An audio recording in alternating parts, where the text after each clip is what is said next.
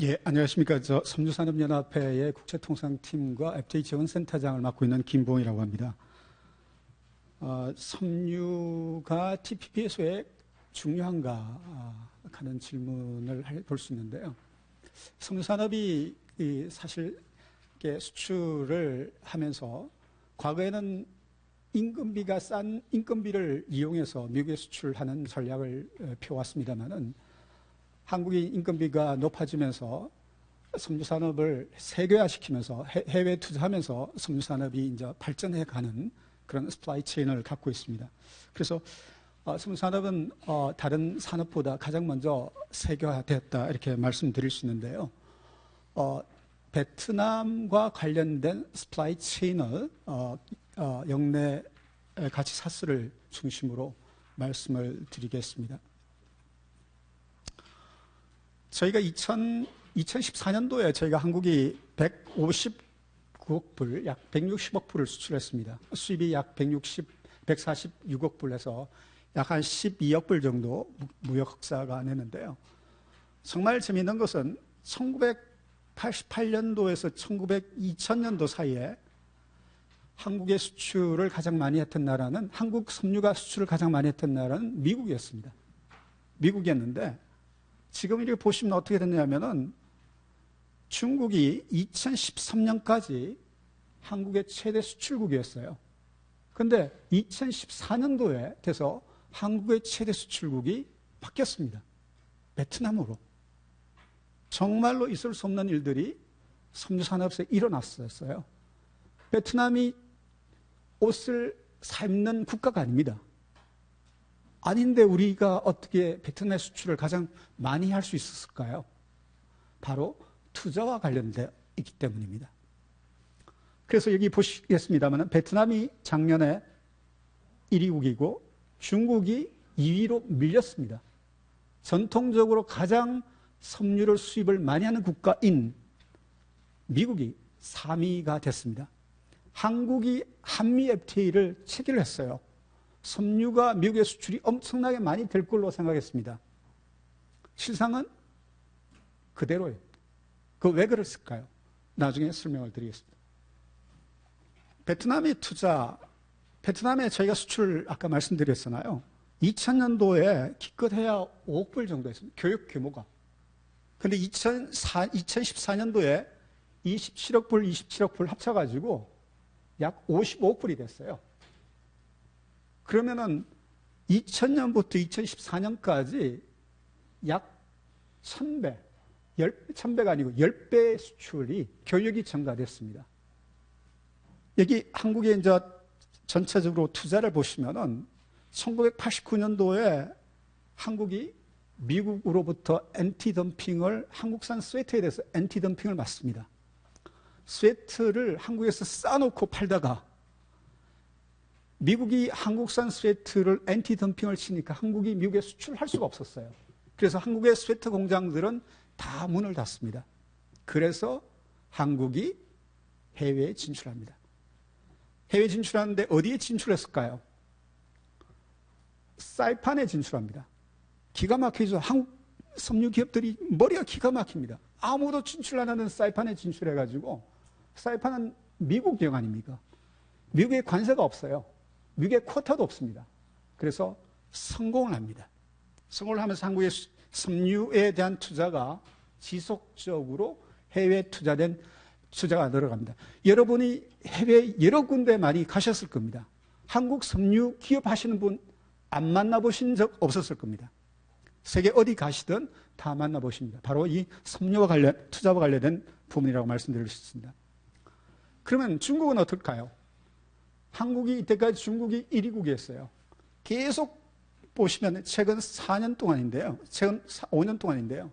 중국의 투자는 계속 늘다가 최근 5년 동안 급격하게 떨어집니다. 작년에 2,700만 불밖에 투자를 못했어요. 2,700만 불 투자를 하는 건 아무것도 아니에요. 근데 베트남은 계속 늘어납니다. 6천만 불, 9천만 불, 1억 1천, 1억 5천까지. 다른 나라는 다 감소합니다. 그래서 베트남이 지금 섬유산업에서 기회의 땅이 됐다 이렇게 말씀을 드릴 수 있고요. 한국이 지금 현재 베트남에 약 한 14억 불 정도 투자를 했습니다. 그래서 이 투자도 지금 보시면 완전히 중국은 꺼지고 완전히 역전을 합니다. 한국의 그 글로벌 플레이어들이 있습니다. 여러분 잘 아시는 기업입니다. 세아상역, 한세실업, 영원무역. 영원무역은 저희 회장사기도 한데요. 노스페이스를 만드는 회사입니다. 한솔, 신승통상. 다 요 지금 5개 기업이 세계 투자에서 한국에 거의 회사가 없는 회사들입니다. 영원무역은 한국에 회사가 있습니다만, 저 생산기지가 있습니다. 대부분이 여기 생산기지가 없는 국내 본사만 있는 회사들입니다. 근데 이 5개 기업이 약 한 55억 불 정도 수출하는데요. 전부 다 보면 베트남. 공동적으로 베트남이 투자가 많이 되어 있습니다. 그럼 TPP는 섬유에서 얼마나 중요할까요? 세계 섬유의류 시장의 시장 규모가 8천억 불입니다. 수익 규모가 8천억 불인데 TPP 역내에서 약 2,200억 불, 약 36% 차지하는데요. 아까 박찬일 실장께서 GDP 37% 차지하고요. 교육에서 26% 차지한다고 했습니다. 일반 TPP의 26% 차지하는데 섬유는 36%가 차지하고 있어요. 근데 세계의 섬유 수입국 10개국 중에 5개국이 빅5가 빅10 중에 5개 국가가 이 TPP에 들어가 있습니다. 미국, 일본, 캐나다, 베트남, 멕시코. 그래서 이 TPP에서 섬유가 상당히 중요하다. 교육 규모 측면에서도 상당히 중요하다 말씀을 드릴 수 있겠고요. 미국 시장에서 베트남이 어떤 롤플레이를 하는가 보시면 2000년도에 미국 시장에 0.1%의 마켓쉐어를 갖고 있었습니다. 근데 이 0.1%가 2014년도에 9.3%까지 올라갔어요. 그러면 멕시코는 어떡해요? 나프타를 체결한 멕시코는 13.5%에서 거의 4.4%로 추락을 합니다. 그래서 멕시코의 마켓쉐어를 베트남이 리플레이스 했다라고 보시면 됩니다. 한국의 TPP에 차지하는 비중을 보게 되면 베트남 교육 비중이 저희가 TPP 국가 중에서 수출이 48.1%, 수입이 72.3%로 매우 중요한 시장이라고 말씀을 드릴 수 있겠고요. 베트남이 앞으로 어떻게 될 것이냐 하는 것은 지금 베트남이 미국 수출하는 것이 2013년도에 81억 불이었습니다. 2013년도에 81억 불인데 TPP가 발효돼서 2025년도에 현재 81억 불이 4배가 증가돼서 약 300억 불 될 것이다 하는 것이 베트남 공식적으로 지금 현재 발표하고 있는 내용들입니다. 근데 베트남에서 생산되는 의류의 44%가 미국에 수출되고 있어요.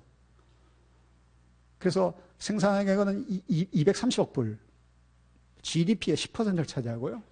세계 7위 섬유 수출국입니다. 그래서 앞으로 베트남은 상당히 무광한 섬유 산업에 있어 발전 가능성이 있다라고 말씀드릴 수 있고요. TPP가 세계 섬유 교육에 있어서 완전히 패러다임을 바꿀 것입니다. 지금 현재 이 4개 포인트는 한국 섬유 산업에 있어서 굉장히 네거티브한 내용들이에요. 그 내용이 뭐냐면 2001년도에 중국이 WTO 가입하면서 중국이 세계 마켓 쉐어를 잠식하는 어떤 계기가 됐습니다. 그리고 2001년 12월 달 미국과 베트남의 무역협정, 그리고 2007년도 1월 1일 베트남의 WTO 가입으로 베트남이 세계 시장에 등장하는 계기가 됩니다. 그리고 2005년도에 섬유산업의 빅데이터와 같은 사건이 있었습니다.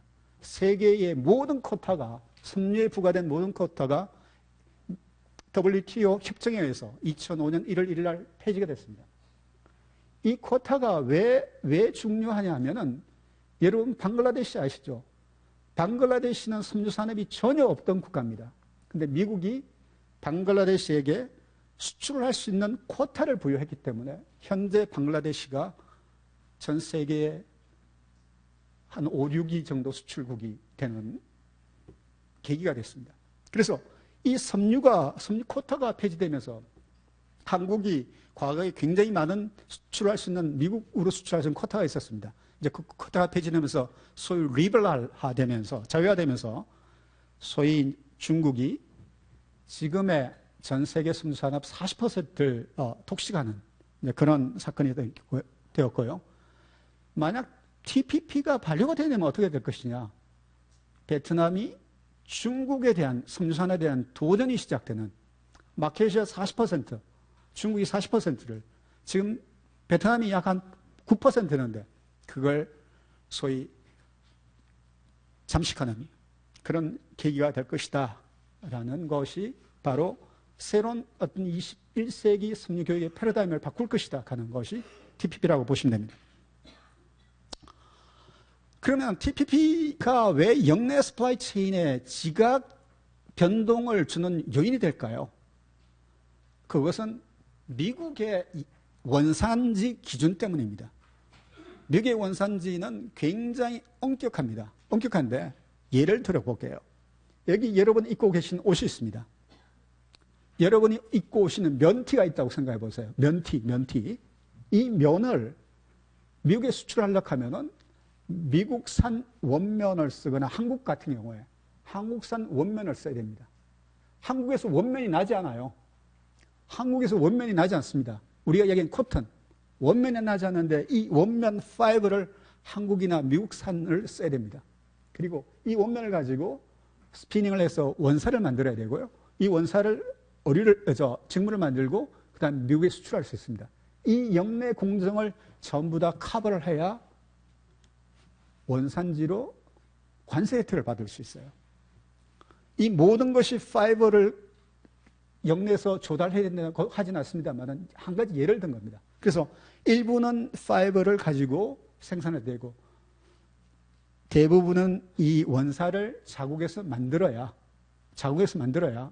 자국에서 직물을 생산하고 수출해야 원산지로 인정받을 수 있는 굉장히 강력한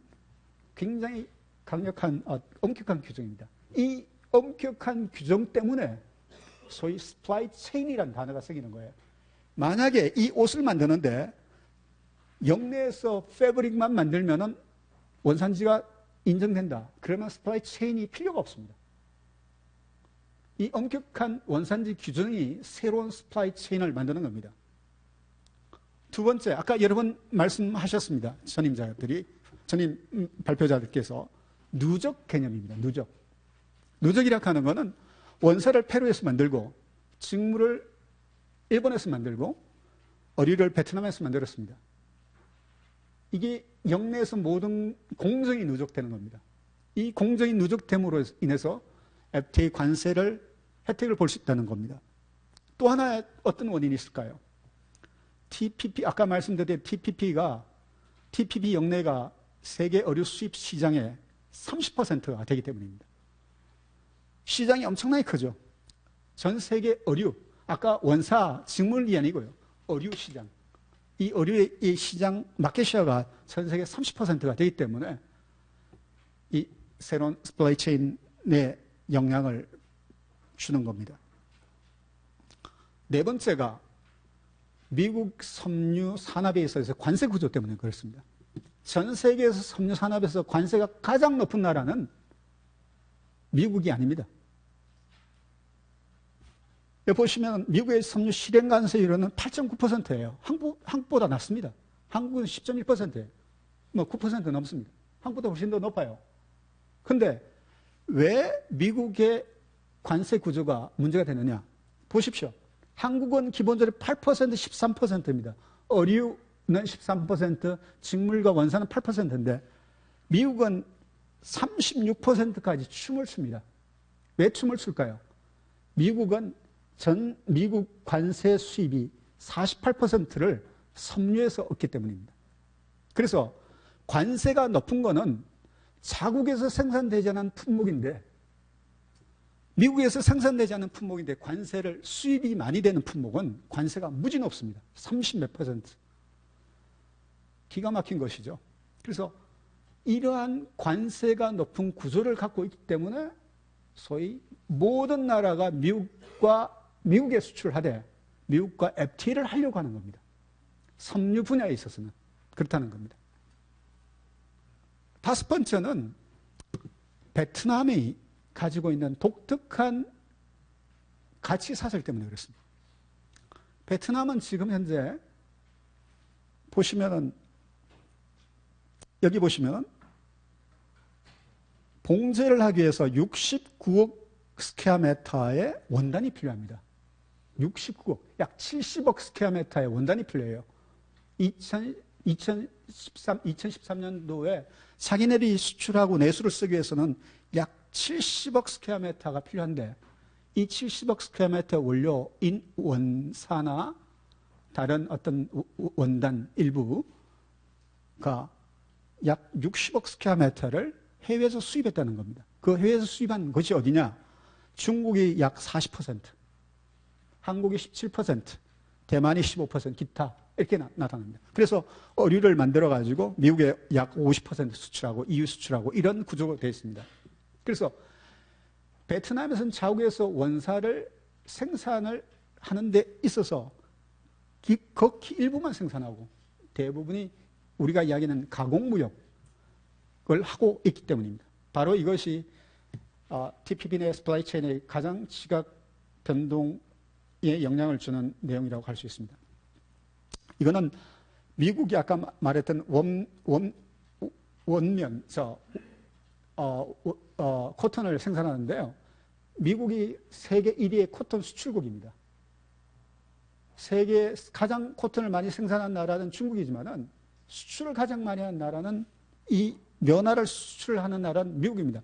그래서 아까 면화에 대해서 자국산 면화를 써야만이 원산지로 인정해준다라는 그것을 강조하는 것은 자국이 전 세계에서 가장 수출을 많이 하는 원면 수출국이기 때문에 자국산 원면을 쓰라라는 개념으로 원산지를 완전히 바꾼 겁니다. 이게 TPP예요, 이게. 그리고 일본 같은 경우는 일부 원사가 생산됩니다. 호주도 원면이 나옵니다.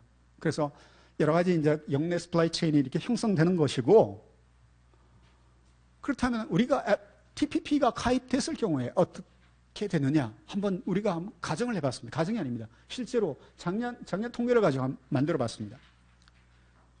우리가 합성 드레스를 만드는데, 드레스, 여러분, 폴리에스테르로 만든 화섬 드레스라고 보시면 됩니다. 여성분이 입는 드레스를 베트남이 작년에 약 1억 불 정도 수출했어요. 이 합성 드레스의 미국 관세율이 16%입니다. 16%인데 작년에 한국으로부터 원사를 키로당 2.5불로 수입을 해갔어요. 베트남이. 근데 중국은 저희보다 18% 삽니다. 그래서 1.72불에 키로당 1.7불에 사왔는데 저희가 18%가 저렴한데 중국산 원사를 쓸 것 아닙니까? 근데 TPP가 가입되게 되면 어떤 현상이 일어나느냐? 이게 16%예요, 16%. 원사가 차지하는 비중은 약 20%, 생산 코스트의 20%밖에 차지하지 않습니다. 그래서 여기에 직물과 어류를 만들 경우에는 나머지 80%가 베트남 자국에 생기는 거기 때문에 실제적으로 원사의 가격이 약 20%인 약 한 4% 정도의 코스트에 영향을 미치지 않습니다. 그런데 관세가 16%예요. 우리가 한국이 TPP 들어가게 되면은 16%의 관세를 먹기 위해서 분명히 한국산을 쓸 겁니다. 일본은 저희보다 엄청나게 비싸죠. 근데 다른 케이스입니다. 저희가 방한 자켓 약 2천만 불 정도가 베트남이 미국에 수출되는데 이 관세가 27.7%예요. 근데 대만산은 한국산보다 18% 쌉니다. 그래서 TPP가 가입되는 한국은 베트남을 통해서 대만의 마켓쉐어인 약 15%를 저희가 다 가져올 수 있습니다. 그런데 정말 웃기는 이야기가 생겼어요. 일본산 패브릭의 평균 단가가 저희보다 작년에 쌌습니다. 이유가 뭐냐? 아베노믹스 때문에 그랬습니다. 일본산 원단이 저희보다 쌀 수가 없어요. 근데 작년에 아베노믹스 때문에 평균 단가가 저희보다 더 저렴하게 됐습니다. TPP가 되게 되면은 그러면 일본의 원단이 베트남으로 수출될 것이냐? 저는 그렇게 보지 않습니다. 왜냐? 일본의 원단 생산 퍼실리티, 생산 설비가 거의 많지가 않습니다. 그래서 저희가 만약에 TPP 가입하게 되면은 저희는 대만의 마켓쉐어를 그대로 가져오고 아까 말씀드렸던 중국의 마켓쉐어를 이 관세가 높은 이 관세율 때문에 저희가 마켓쉐어를 가져올 수 있다. 이런 말씀을 드리는 거고요. 결론적입니다. 한국이 TPP에 가입을 하지 않거나 만약 참여가 늦어지게 되면 어떤 문제가 생기느냐 하면은 아까 그래프에 보셨다시피 한국은 계속 베트남에 투자를 하고 있습니다. 계속 투자를 하게 되면 어떤 현상이 생기냐면 산업이 완전히 공동화됩니다. 그래서 이 공동화를 가장 빨리 막는 방법은 TPP에 참여를 해서 저희가 하나의 first batch가 되든 second batch가 되든 하여튼 빨리 참여를 해야 된다는 부분들이고요. 또 특히 조기에 참여해야 된다는 부분들입니다. 그래서 한국이 아까 말씀드렸다시피 베트남이 85억 불에서 300억 불 4배 정도 수출이 증가된다. TPP 가입하게 되면은 그러면 저희가 지금 현재 베트남에 약 원재료가 20억 불 수출하는데 20억 불 수출이 100% 가공돼서 미국으로 수출되는 것이 아니고 50%는 한국으로 가져옵니다. 그래서 10억 불의 원단이 만들어지고 어류가 만들어져서 미국에 수출되는 겁니다. 그래서 4배를 곱했을 경우에 현재 20억 불에서 한 2배 정도, 40억 불 정도 증가되는 효과가 있다. 이렇게 말씀을 드릴 수 있습니다. 요거는 단순한 표현들이고요. 아까 말씀드렸던 대만이나 중국의 마켓쉐어를 저희가 가져올 수 있다면은 저희의 실제적인 원재료 수출 증가율은 이것보다 훨씬 많은 한 80억 불 정도 되지 않겠느냐. 낙관적으로 말씀드릴 수 있습니다. 예. 이상 저희가 한국 섬유 산업에 있어서 TPP 영내 가치 사슬에 미친 영향에 대해서 간략하게 설명드렸습니다. 경청해 주셔서 감사합니다. 예.